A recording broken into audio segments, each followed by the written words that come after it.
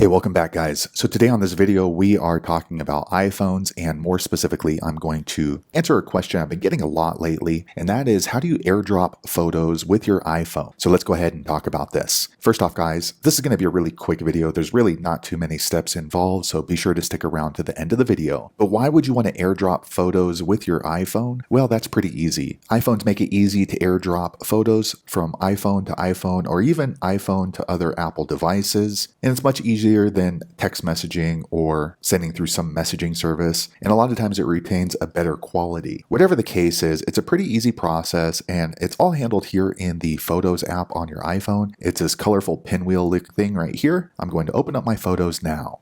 Okay guys, I went ahead and opened up my photos. Here you're going to see all the different albums and photos that you might want to airdrop with your iPhone. Once you've chosen the folder that you want to airdrop the photos from, in order to airdrop these photos to someone else, what you want to do is first swipe down on your phone, and then that way you can see the different options. You need to make sure you have your Bluetooth on and your Wi-Fi on. You do not want to be in airplane mode. As you can see, these are both in blue. So now that we're ready there, go ahead and go back to your photos. Okay, so here we are back on the photos.